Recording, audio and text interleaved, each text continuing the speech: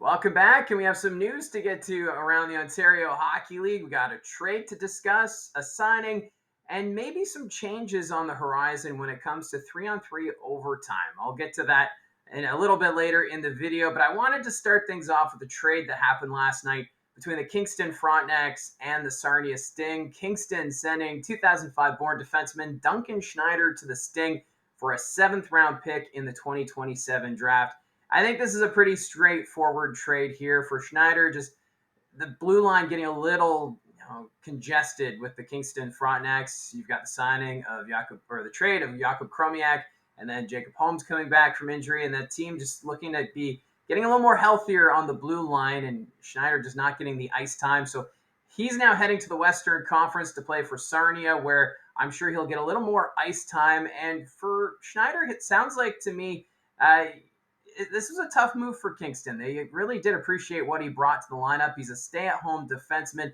He plays with that physical style, which I think will help a Sarnia Sting team, which is pretty young throughout that lineup. So for Schneider, no points in 13 games this season, but he was a +1. And you have to remember, Kingston had that slow start to the season. So to be a +1 after 13 games, not too bad. I know some people don't like to look at the plus-minus category, but I think in this situation, especially for a stay-at-home defenseman, it's a good sign to see him on the plus side. He's played 82 games in his OHL career, 1 goal, 5 assists.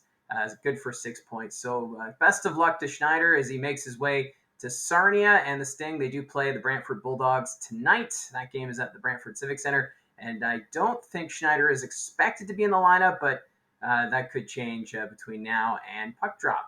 And also, just something to note with the Kingston Frontenacs, Tyler Savard, he's been a healthy scratch the last few games. He was not in the lineup today for the school day game in Ottawa.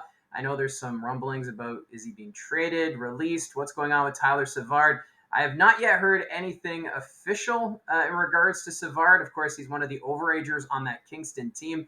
He was a former Barrie Colt, traded to Kingston at the start of the regular season. So we'll keep an eye on that because Savard, he plays a bit on the line. He's a physical player. He brings that sandpaper to lineup. I know the one concern is the penalty minutes for him. That was a thing that we saw a few times in the playoffs last year for the Barrie Colts. So keep an eye on that. We might hear soon about Tyler Savard, whether or not he's going to be sticking around in Kingston or other news in regards to that. So if you're a Kingston Frontenacs fan, let me know in the comments section down below your thoughts on that situation. And if you're a fan of another team, let me know if you would like to have Tyler Savard join your team.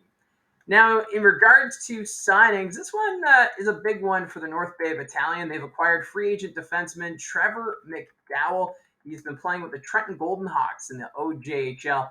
And now when I say this is a big signing, it's because he's a big defenseman. He stands 6'4", 205 pounds. So he's going to have a towering presence on that Battalion blue line.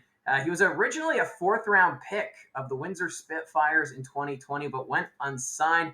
And now he's bringing his talents up north to the Gateway City.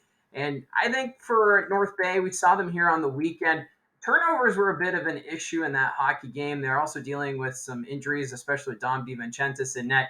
So I think this pickup should be pretty good. McDowell, he has 1 goal, 8 assists in 23 games with the Trenton Golden Hawks, and he's expected to make his North Bay Battalion debut Sunday when they take on their northern rivals, the Sudbury Wolves. So you know that one is going to be a great way to be introduced to the Ontario Hockey League.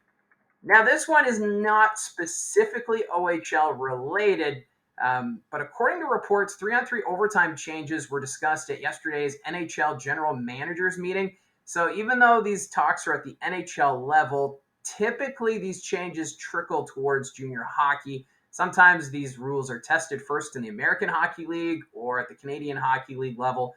But right now, nothing has been decided yet, but they want to make overtime a little more exciting. 3-on-3 is already fantastic because they want to limit the amount of games that go to a shootout. So what they're talking about here is that when the overtime starts, it's all about possession. And you'll see this quite a bit in the Ontario Hockey League where a team will get the puck and they'll play keep away. They'll have it in the offensive zone. And if they don't like the look or they want to make a line change, they'll skate out to center ice and backtrack into their own zone just to make sure they have the possession, which makes sense. It's overtime, sudden death. You want to get the goal to win the game. And if you're giving the puck away, well, then you have the risk of an odd man rush coming the other way. But the NHL GMs are wanting to figure out a way to limit those regrouping situations. One idea is introducing a shot clock like you would have in the NBA. So once you have possession of the puck, you'd have a certain amount of time to take a shot, or you would call the play dead or give a penalty if you take the puck out of the offensive zone like we've been seeing. The only problem is that when you do this, you're going to slow down the pace of the game because the overtime pace is a lot of fun when you've got 3-on-3, especially when you have two teams with high flying offenses and it just goes back and forth. So you really don't want to be handing out penalties for delay a game or just stopping the play if the shot clock goes out. So those are probably a few concerns that are being addressed right now, but we'll have to wait and see. I'm not quite sure if this is something that's going to go anywhere. I'd be a little surprised if it does because you don't want to be having more penalties to decide a hockey game, especially in overtime. But still, the NHL GM's looking at ways to improve overtime and just add a new element, I guess, to have the coaches figure out. Because as soon as you introduce a new rule, the coaches are going to find a way to expose those new rules or find ways to beat it. And I figured since we're talking about overtime, why don't we look at some of the OT stats for the season? We're at the quarter mark of the OHL's regular season. To note, the Peterborough Petes, they have had the most games go to overtime so far this season with 7. And following that, the Erie Otters and Niagara Ice Dogs, they have both played 6 games in overtime, which I thought was kind of interesting. The London Knights, they have the most wins in overtime with 4, while Niagara, they have the most overtime losses with 4. So the Ice Dogs right now, in a bit of a slump. But at least when you get, the 4 overtime losses, that's 4 points. Although then you look at it, it's like, well, we just let 4 points slip away. But either way, I thought that was interesting. Also, the Mississauga Steelheads, they have not yet played a game in overtime this season.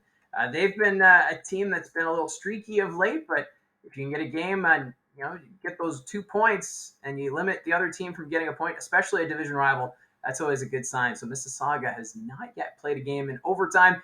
And for overtime winners, 2 players are tied for that.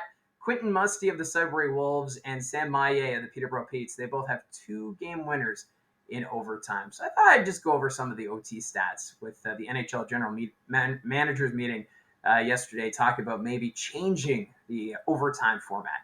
So those are the news items to discuss today. Let me know in the comments down below your thoughts on either the trade between Kingston and Sarnia, the signing in North Bay, or changes you'd like to see made rule-wise at the OHL level in regards to overtime, or maybe another rule you'd like to see changed or adjusted. Let me know in the comments section down below. Thank you for tuning in. You can always hit like and subscribe. It helps the video and the channel grow, and also lets me know about future things to discuss. So, again, thanks for tuning in, and we'll talk to you again soon.